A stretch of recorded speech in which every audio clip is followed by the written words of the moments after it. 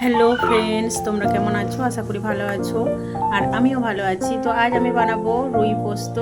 তো এই রেসিপিটা আমি তোমাদের সাথে শেয়ার করব। তো দেখো, প্রথমেই মাছগুলোকে কেটে নুন হলুদ মাখিয়ে নিয়েছি, আর এদিকে কড়াই বসিয়ে দিয়েছি। তো কড়াইটা একটু গরম হয়ে যাক। ও এরপর কড়াইটা যা গরম হয়ে গেছে, এরপর কড়াইয়ের মধ্যে সরষের তেল দিয়ে দিচ্ছি কিছুটা।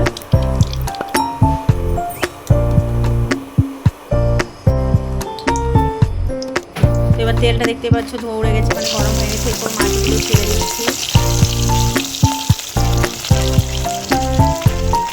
আর পরে একটু হলুদ গুঁড়ো দিয়ে দিলে তেলের মধ্যে তেলটা ছিটকে আসে না। একটু হলুদ গুঁড়ো দিয়ে দিলাম। এবার মাছগুলো একে একে দিয়ে নেড়ে ভেজে নিচ্ছি। সব মাছগুলো একবারে দেওয়া যাবে না, ওই জন্যে কয়েকটা দিয়ে দিলাম। দেখো, মাছ কয়েকটা ভাজা হয়ে গেছে, আর কয়েকটা আছে, বাকিগুলো এরপর এই তেলের মধ্যে ভেজে নেব।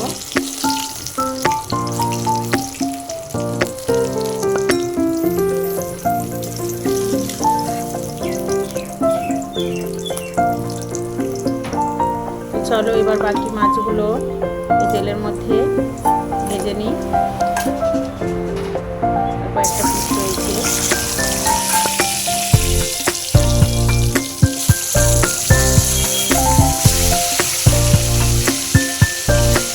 গরম তেলে ফেলতে খুব ভয় করছে, যদি এখানে তেলের ছিটা এসে পায়।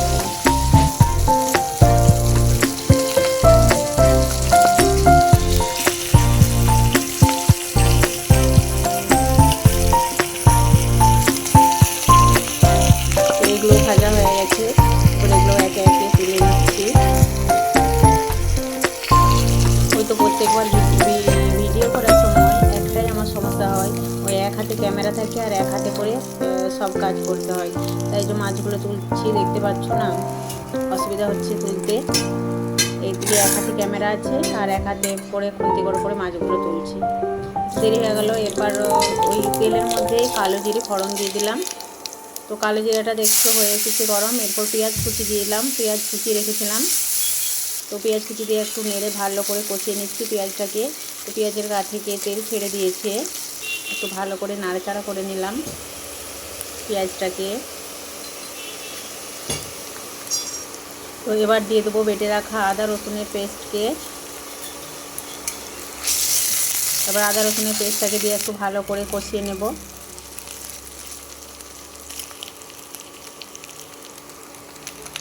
এরপর দিয়ে দেবো কাঁচা লঙ্কা, অল্প পরিমাণেই দেবো, তার কারণ এটা যত ঝাল হবে তত ভালো। আরও লঙ্কা দেওয়া যায়, তোমরা আরও লঙ্কা দিতে পারো। যত ঝাল ঝাল হবে তত টেস্টি হবে, কিন্তু বাড়িতে আমার বাচ্চা আছে, ওই জন্য বেশি ঝাল দিতে পারলাম না।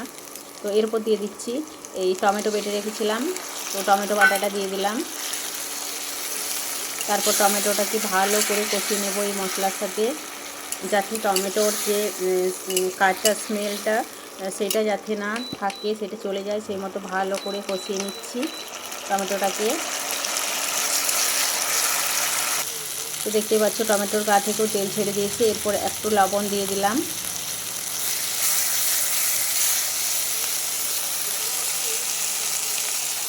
এটাও সুন্দরভাবে কষানো হয়ে গেছে। এরপর দিয়ে দিচ্ছি বেটে রাখা পোস্ত আর কাজু বাটা, ভালো করে পেস্ট করে নিয়েছি। তারপর এটা মশলার মধ্যে দিয়ে দিলাম। তো পোস্ত আর কাজু বাটাটাকে ভালো করে দিয়ে নাড়িয়ে কষিয়ে নিচ্ছি অনেকক্ষণ ধরে, যতক্ষণ না কাঁচা স্মেলটা যায় ততক্ষণ পর্যন্ত এটাকে কষাতে হবে। তো এবার কষানো হয়ে এসেছে।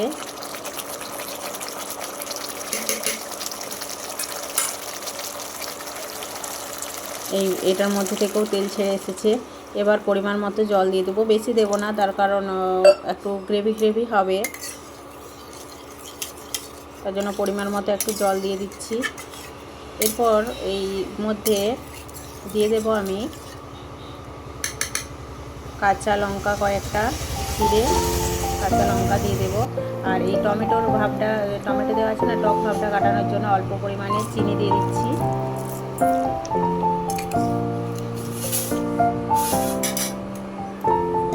তো মাছগুলো আগে দিয়ে দিই, তারপর লঙ্কাটা দেব। মাছগুলো ফেলে দিলাম গ্রেভির মধ্যে।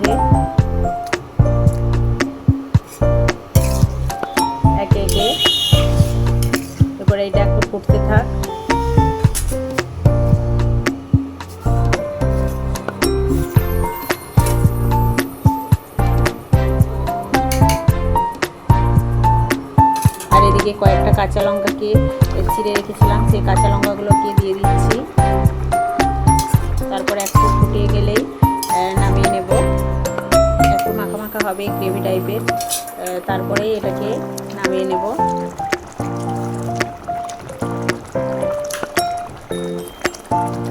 আর তোমরা অবশ্যই পুরো ভিডিওটা দেখো। তো আমার রান্নাটা কেমন হয়েছে সবাই অবশ্যই আমাকে কমেন্ট করে জানিও। তো খুব একটা গ্রেভি করবো না, একটু রসা করে রাখবো। তো এই তো দেখতে পাচ্ছ, এরপর এটাকে নামিয়ে নিয়েছি। তো আমার ভিডিওটা কেমন হয়েছে অবশ্যই তোমরা কমেন্ট করে জানাবে। আর এরপর দেখা হবে আবার পরের ভিডিওতে। সবাই সুস্থ থাকবে, ভালো